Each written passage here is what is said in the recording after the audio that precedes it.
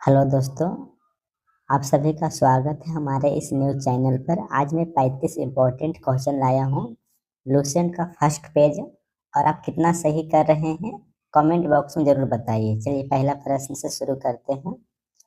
महाकाव्य तथा पुराणों में इस उपमहाद्वीप को क्या नाम दिया गया है? 5 सेकंड का टाइम आपके पास मिलेगा। Right answer C, Mahabharata. अगला प्रश्न। प्राचीन ईरानी इस देश को किस नदी के नाम से जोड़ते थे?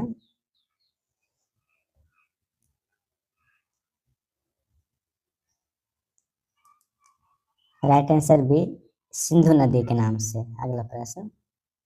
यूनानी भाषा के इंद के आधार पर अंग्रेजों ने इसे क्या कहना शुरू किया?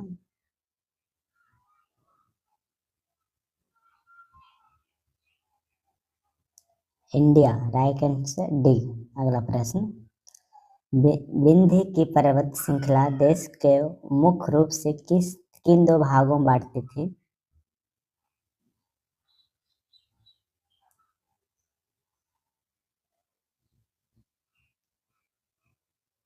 राइट आंसर बी, दक्षिण, उत्तर से दक्षिण। अगला प्रश्न।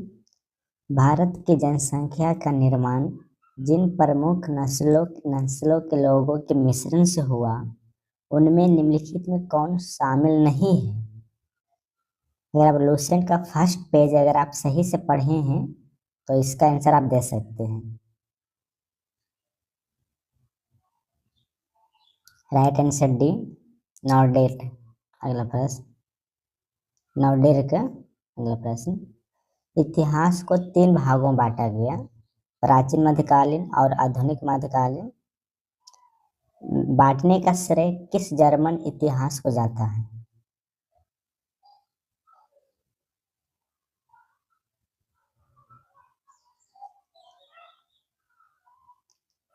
Christophe Celliers. Right answer B. अगला प्रश्न। भारत का सर्व प्राचीन धर्म ग्रंथ कौन सा है?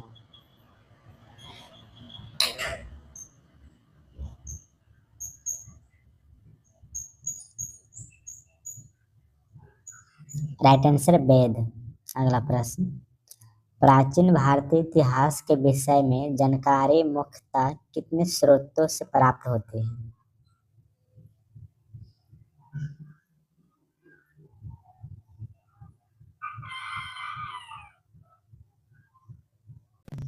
Right answer C, 4। अगला प्रश्न। वेदों के संकलनकर्ता किसे माना जाता है?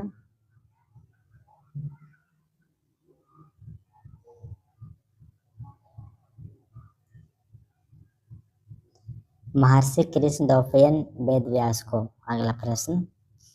वेद हमें मुख्य रूप से किसका उपदेश देता है?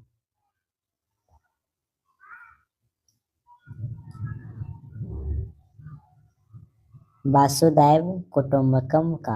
अगला प्रश्न। वेदों की कुल संख्या कितनी है और इन्हें सामूहिक रूप से क्या कहा जाता है?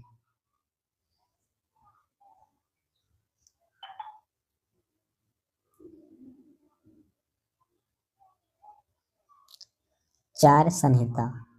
अगला प्रश्न। ऋचाओं के क्रमबद्ध ज्ञान के संग्रह को क्या कहा जाता है?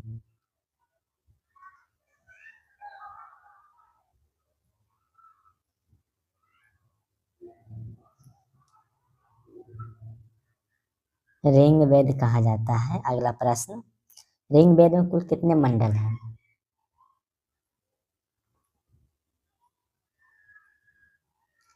राइट आंसर डी, 10 मंडल हैं। अगला प्रश्न। ऋग वेद में कुल कितने सूक्त जो कि वल्केलय पाठ के 11 सूक्तों सहित हैं?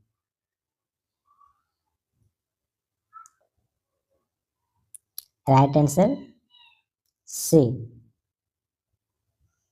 1028 सूक्त हैं। अगला प्रश्न। ऋग्वेद की रचनाओं को पढ़ने वाला ऋषि को क्या कहते हैं?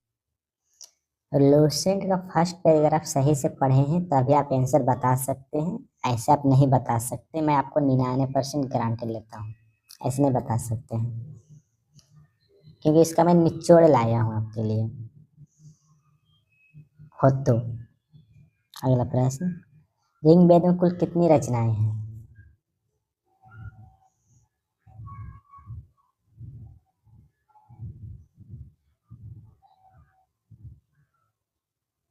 राइट आंसर ए 10,462।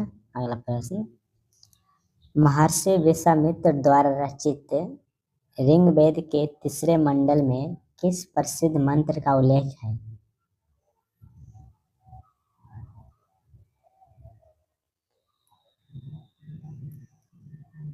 राइट आंसर बी गायत्री मंत्र का है। अगला प्रश्न, ऋग्वेद के किस मंडल में देवता सोम का उल्लेख मिलता है?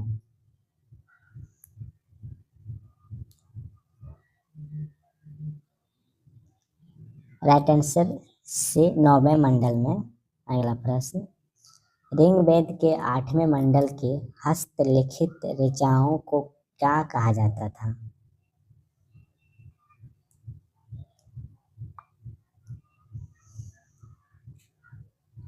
राइट आंसर सी खिल कहा जाता था। अगला प्रश्न, ऋग्वेद का बड़ा मंडल कौन सा है जिसमें पुरुष सूक्त और नद्यस्तुति सूक्त शामिल है?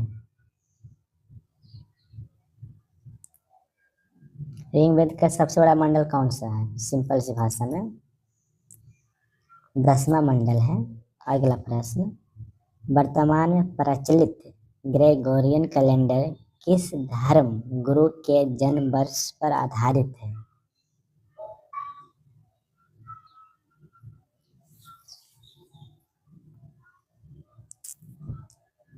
ईसा मसीहा के आधार पर। अगला प्रश्न, ईसा पूर्व में वर्षों की गिनती किस दिशा में होती, किस दिशा से होती है, होती है?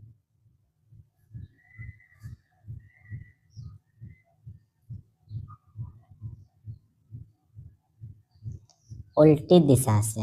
अगला प्रश्न, लैटिन भाषा के शब्द एडी का शाब्दिक अर्थ क्या है?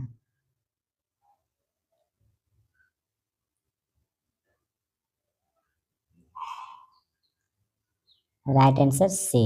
अगला प्रश्न, अर्लियर हिस्ट्री ऑफ इंडिया पुस्तक के 1/3 भाग में केवल किस शासक के आक्रमण का वर्णन है?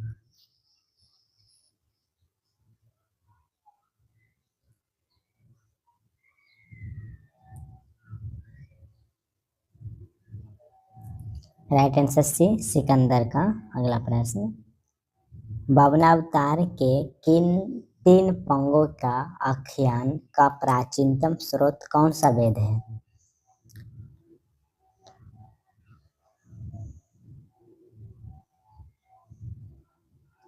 Right answer A Rigveda.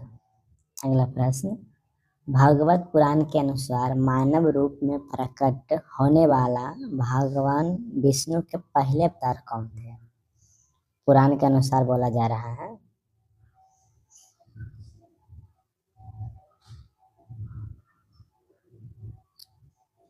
Right answer सी वामन अवतार।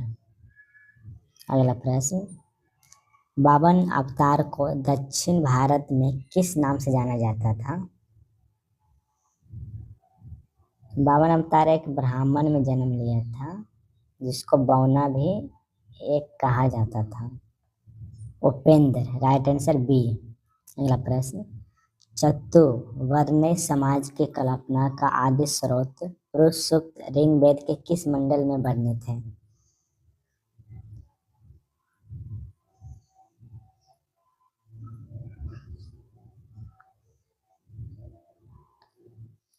राइट आंसर डी 10वें मंडल में। अगला प्रश्न, ऋग्वेद के अनुसार 4 वर्णों जैसे कि ब्राह्मण, क्षत्रिय, वैश्य, शूद्र की उत्पत्ति आदि पुरुष के क्रमक किन अंगों से हुई?